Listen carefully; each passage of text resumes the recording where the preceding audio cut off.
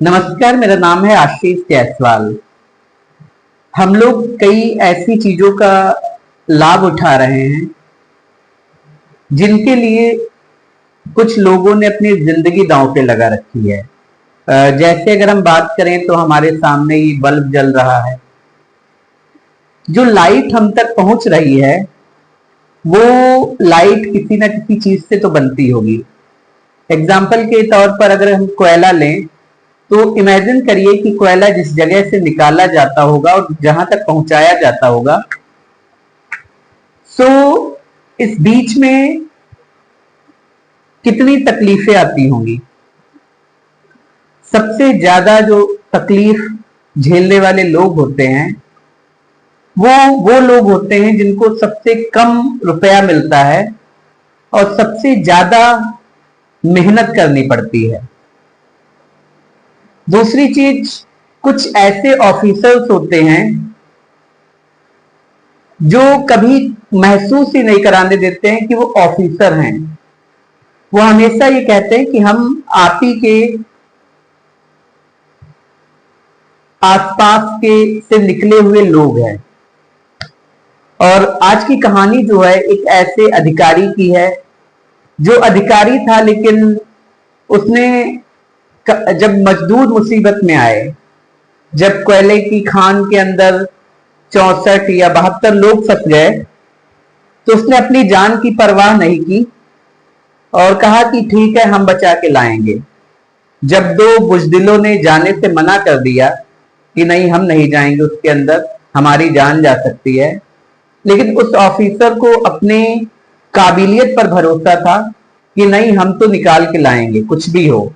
और कहते हैं कि 65 लोग थे। जब तक एक एक इंसान को उसने बाहर नहीं निकाल दिया तब तक खुद बाहर नहीं आया। सो आज की कहानी जो है एक ऐसे ही अधिकारी की।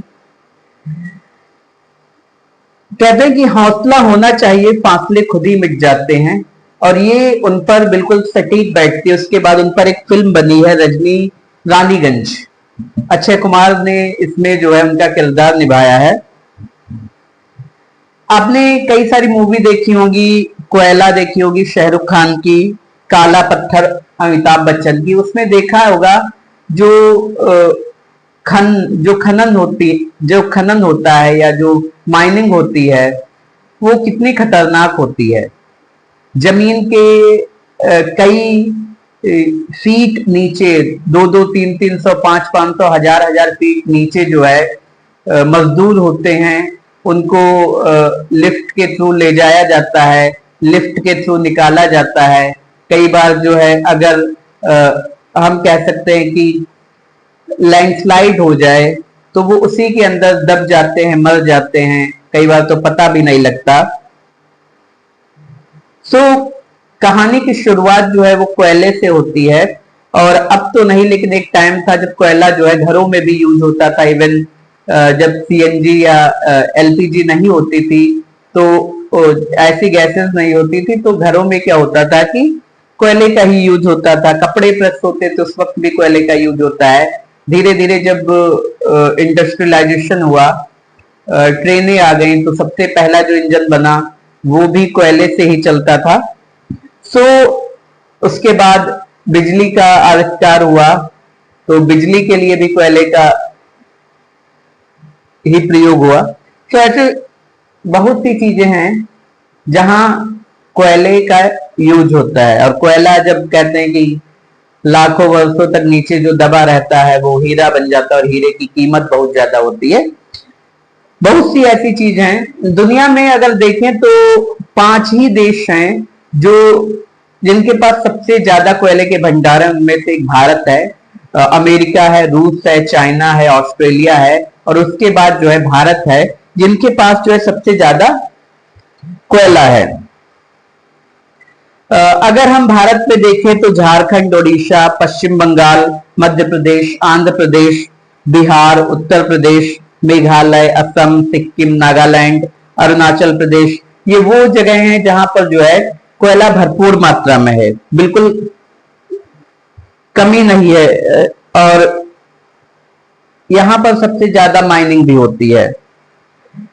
कोयले को निकालने के दो ही तरीके होते हैं। एक तो पहाड़ों पर कहते हैं मिल जाता है, जो कि ब्लास्ट के थ्रू निकाला जाता है, उसमें आरडीएक्स वगैरह लगाया जाता है और उससे जो है कोयले को निकाला जाता है। दूसरा तरीका जो है वो माइनिंग है, खनन, खुदाई करनी पड़ती है, कई सैकड़ों फीट नीचे जाना पड़ता है और अंडरग्राउंड माइनिंग कहते हैं उसको। आपने जो हमने अभी कई मूवीज बताई उसमें देखा होगा कि जब मजदूर माइनिंग के अंदर जाते हैं तो उनके पास एक पीले नीले कलर की टोपी होती है और उस पीले कलर की टोपी में जो है एक टॉर्च लगी रहती है और वही जो है उतना ही उजाला उनके पास होता है, क्योंकि सूरज की किरणें वहां तक नहीं पहुंच पाती और एक बहुत ही अंधेरी भरी जिंदगी होती है मजदूरों की। जैसे जैसे हम लोग जानते हैं कि जब जितना हाई जाएंगे उतनी ऑक्सीजन कम हो जाएगी और धरती के जितने नीचे जाएंगे ऑक्सीजन कम हो जाती है। कहते हैं कि जब माइनिंग होती है कई जगहों पर तो 50-40% ही ऑक्सीजन रह जाती है, उसमें ही काम करना पड़ता है।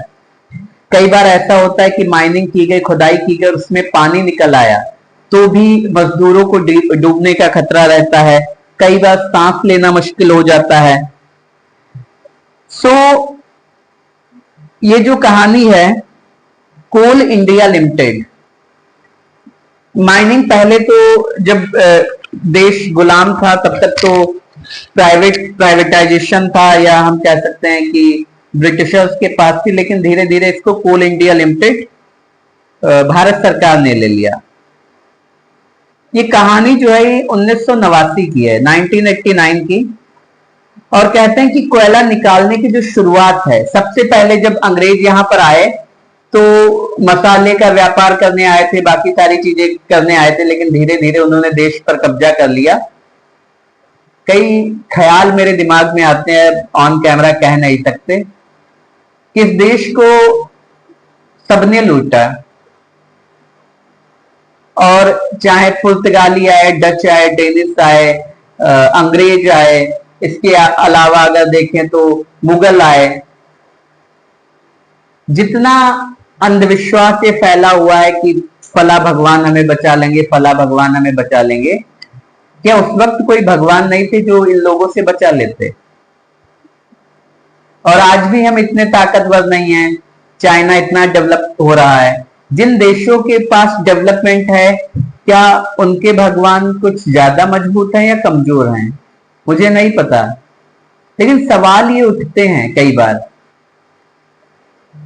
कि जिस चीज की लड़ाई हम लड़ते हैं कई बार, क्या वो हमारे कभी काम भी आएगी? कोई धर्म बचा रहा है, कोई जाति बचा रहा है, कोई मजहब बचा रहा है, और जब भी देश पर आक्रमण होते हैं, जब भी कोई देश खतरे में आता है, ना कोई अल्लाह काम आता है, ना कोई भगवान काम आता है, ना कोई जीसस काम आते हैं, कोई काम नहीं आता है। तो ओवरऑल अगर देखें तो धर्म जो है वो बहुत ही प्राइवेट चीज होनी चाहिए, आस्था होनी चाहिए, अंधविश्वास नहीं होना चाहिए। हर एक चीज में आस्था होनी चाहिए। अगर आपकी है तो आस्थाएं प्राइवेट हो सकती हैं, लेकिन उनको एक बिजनेस मॉडल बना देना कहीं ना कहीं बहुत ही गलत चीजें होती हैं। जब रूस ने यूक्रेन पर युद्ध किया तब कोई यूक्रेन का कोई भगवान नहीं था क्या जो उन्हें बचा लेता? एक टाइम था जब जर्मनी ने आधे यूरोप पे कब्जा कर लिया था, तब कोई भगवान नहीं था जर्मनी का क्या जो उन्हें बचा लेता? कोई गॉड नहीं था जर्मनी का, या यूरोप का कोई गॉड नहीं था जो उन्हें बचा लेता? जब भी कोई देश ले लीजिए XYZ, अभी जब इजराइल और ईरान की लड़ाई हो रही थी, क्या वहां पर कोई गॉड नहीं था, कोई अल्लाह नहीं था, कोई भगवान नहीं था? सो मेरा मानना ये, मैं पर्सनली ये मानता हूं कि जो कहा जाता है ना पाप पुण्य, ये ऐसी चीजें असल में रियलिटी में एग्जिस्ट नहीं करती हैं। क्या पाप है क्या पुण्य है? ये पाप पुण्य जो है ये गरीबों के लिए होता है। जैसे जैसे इंसान का कद बढ़ता है, अब अंबानी के लिए कोई पाप नहीं होगा, वो जो भी करेगा सारा पुण्य है। वही अमेरिका ज्ञान देता है और उसी अमेरिका ने आधे से ज्यादा आतंकवादी पैदा किए हैं। लेकिन जब खुद के वर्ल्ड ट्रेड सेंटर पे अटैक हुआ तब उन्हें याद आ गया कि अरे ये क्या हो गया। इस दुनिया में ताकतवर होना वही भगवान है। जिसके पास ताकत है वो भगवान होता है। गरीबों के लिए जो है कोई भी भगवान बन जाता है। वो कुछ भी मानने लगते, किसी चीज में भी विश्वास करने लगते हैं कि ऐसा हो सकता है। और कहीं ना कहीं मैं खुलकर कह रहा हूं, ये जो है गरीबी की सबसे धर्म, जाति, मजहब और ये जो चीजें हैं, ये गरीबी की सबसे बड़ी निशानी है। आप हमेशा देखेंगे कि जो धर्म की बात कर रहा है वो बहुत अमीर होगा, लेकिन जो उसको फॉलो कर रहे हैं वो भिखमंगे ही होंगे 99%। उसमें भी 1% जो होंगे बहुत रईस लोग होंगे, उनका भी कोई ना कोई स्वार्थ छिपा होगा उसके पीछे, इसलिए वो ऐसा कर रहे होंगे।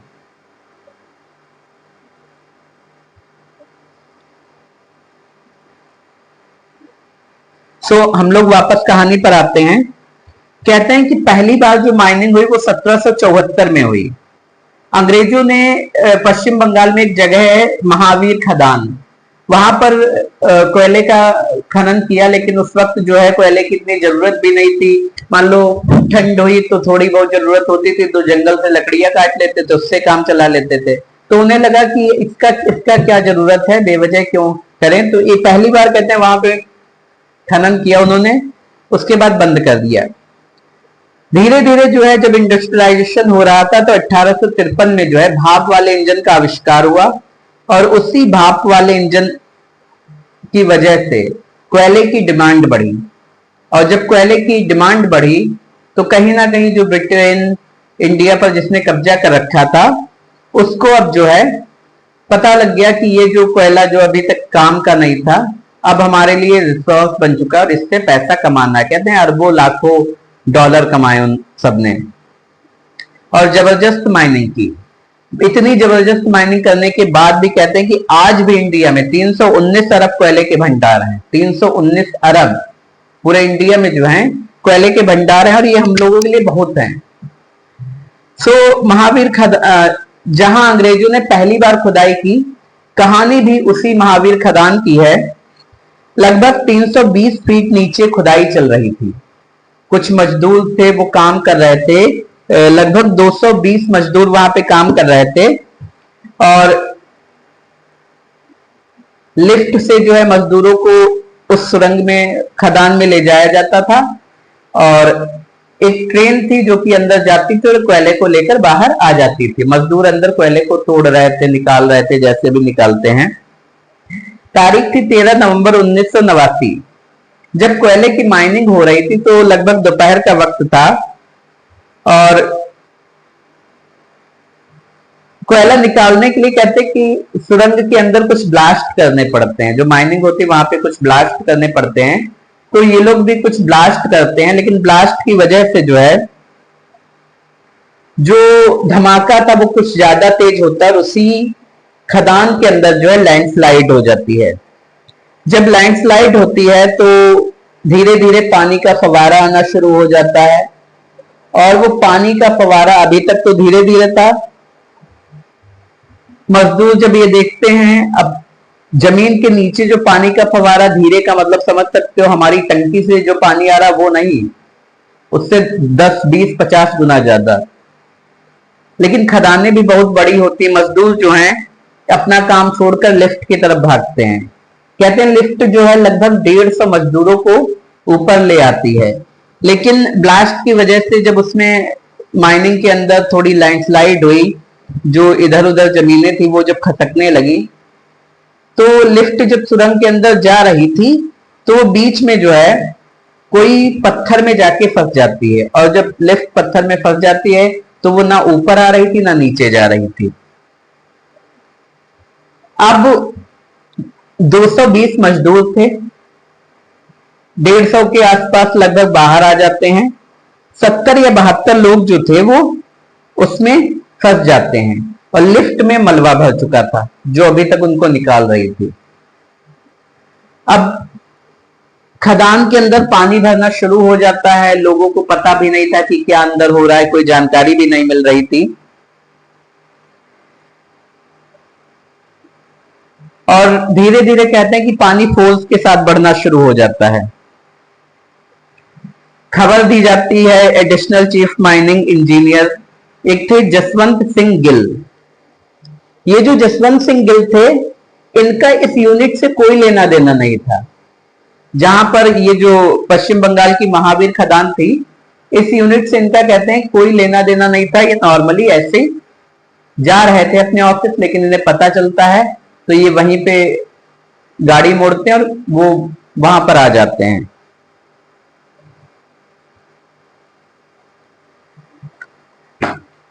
कहते हैं कि ये जो जसवंत सिंह गिल थे, पंजाबी थे सरदार,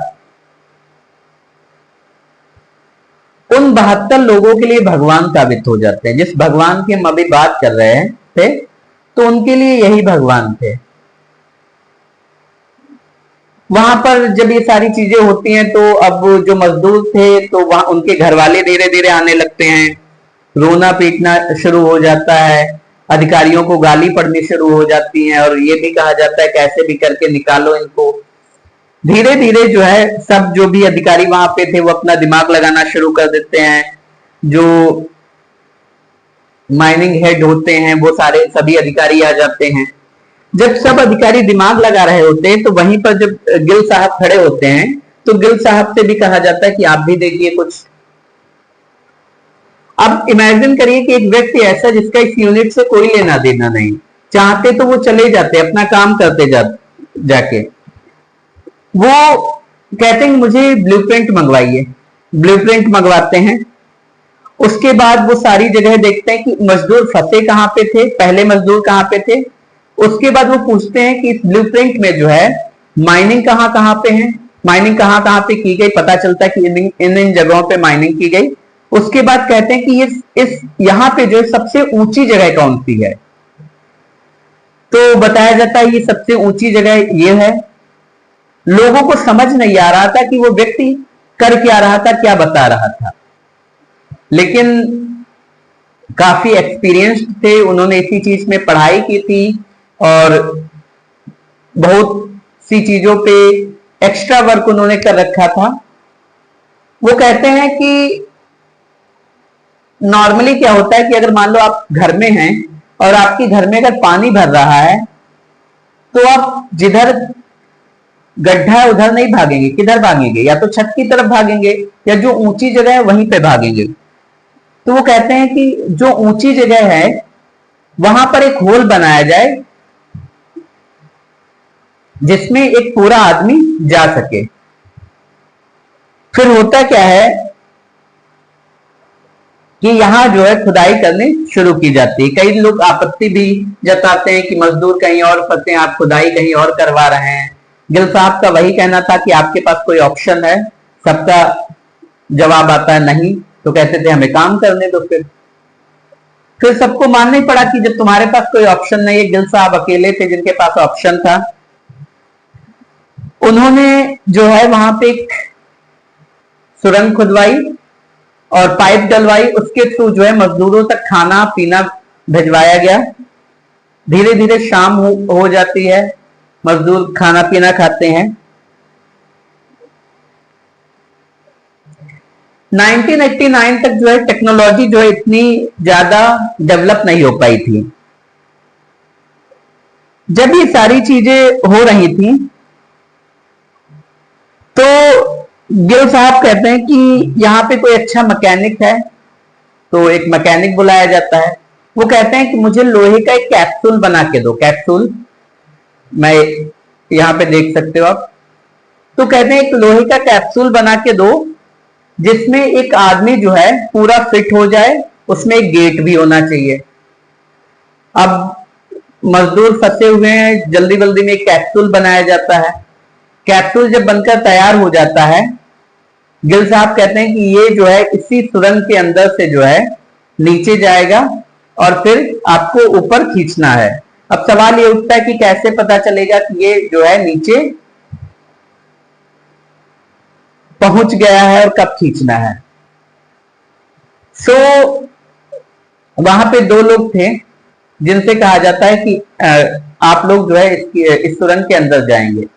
वो दो लोग जो है जाने से मना कर देते हैं, इवन वहां से भी चले जाते हैं। उसी यूनिट के लोग थे। अब कोई उस कैप्सूल में बैठ कर जो है सुरंग में जाने को राजी नहीं, क्योंकि लोगों को लग रहा था कि अगर सुरंग में गए ना निकल पाए तो मर जाएंगे। अब इमेजिन करिए कि एक एडिशनल चीफ माइनिंग इंजीनियर, अधिकारी रैंक, वो कहता है नहीं मैं जाऊंगा। वहां पे जो और सीनियर अधिकारी उनके खड़े थे, बाकी के लोग जो थे वो कह रहे थे पागल हो गए हो क्या, मजदूर 70-72 नीचे फंसे हैं, इतना तमाशा हो रहा है, अगर तुम्हें कुछ हो गया तो हम जवाब भी नहीं दे पाएंगे। वो कहते हैं कि मेरी पर्सनल रिस्पॉन्सिबिलिटी, मैं अपनी रिस्पॉन्सिबिलिटी लेता हूं, मैं अंदर जाऊंगा। उसके बाद वो उस कैप्सूल में बैठते हैं, एक हथौड़ा साथ में लेते हैं, उस माइनिंग के अंदर उनको उस सुरंग के अंदर उनको डाला जाता। वहां पे जब वो पहुंचते हैं देखते हैं नीचे जो सभी लेबर थे वो रो रहे थे, चिल्ला रहे थे। वो उनसे पूछते हैं कि सबसे ज्यादा जो घायल है यहाँ पे वो बताओ कौन है। उसमें से एक दो व्यक्ति निकलते जो सबसे ज्यादा घायल थे। एक एक करके उन घायलों को पहले उससे रेस्क्यू किया जाता है। और गिल साहब ने कहा था कि मैं जब नीचे पहुंचूंगा, एक हथौड़ा वो साथ में लेके गए थे, उन्होंने कहा था कि हम तेजी से हथौड़ा मारेंगे और जब हथौड़े की आवाज आए तो तुम ऊपर खींच लेना। फिर पहले दो घायलों को भेजा जाता है। गिल साहब उन सभी मजदूरों को ये सांत्वना देते हैं कि जब तक एक एक मजदूर यहां से नहीं निकल जाएगा मैं यहां से नहीं जाऊंगा। अब फिर मैं बता रहा हूं, एक चीफ एडिशनल माइनिंग ऑफिसर है, वो उस सुरंग में जाता है और रेस्पॉन्सिबिलिटी लेता है। इसके बाद कहते हैं कि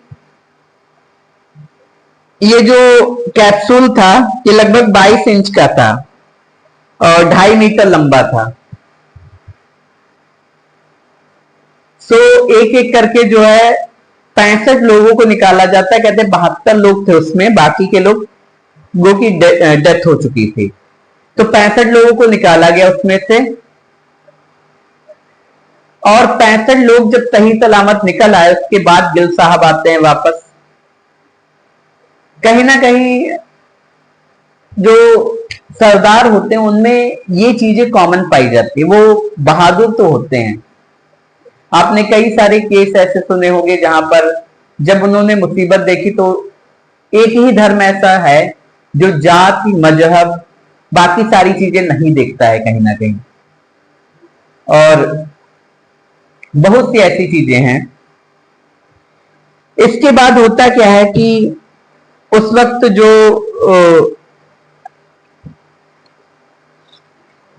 कोल इंडिया लिमिटेड थी, उन्होंने 1 लाख रुपए का इनाम उनको देने का वादा किया।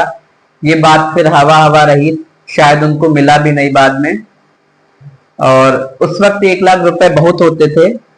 ये कहा गया कि इनको प्रमोशन देंगे, प्रमोशन भी नहीं मिला उनको, क्योंकि धीरे धीरे जो अधिकारी थे वो उनसे चिढ़ने लगे थे। अब वो पूरी तरह से छा गए थे। आज अगर वो सोशल मीडिया पे होते, आज का टाइम होता तो हीरो बन चुके होते वो। उस वक्त भी वो हीरो थे और अपने आप में तो वो हीरो थे ही। दुनिया ने किस तो उन्हें प्यार दिया ही, अधिकारियों ने, हम कह सकते उनसे इसलिए मनमुटाव पैदा कर लिया कि वो हीरो बन चुके थे। और लोगों की नजरों में तो वो भगवान थे, उन खासकर उन 65 मजदूरों की नजरों में। उनको आर वेंकट रमन ने जो है सिविल गैलेंट्री अवार्ड से सम्मानित किया।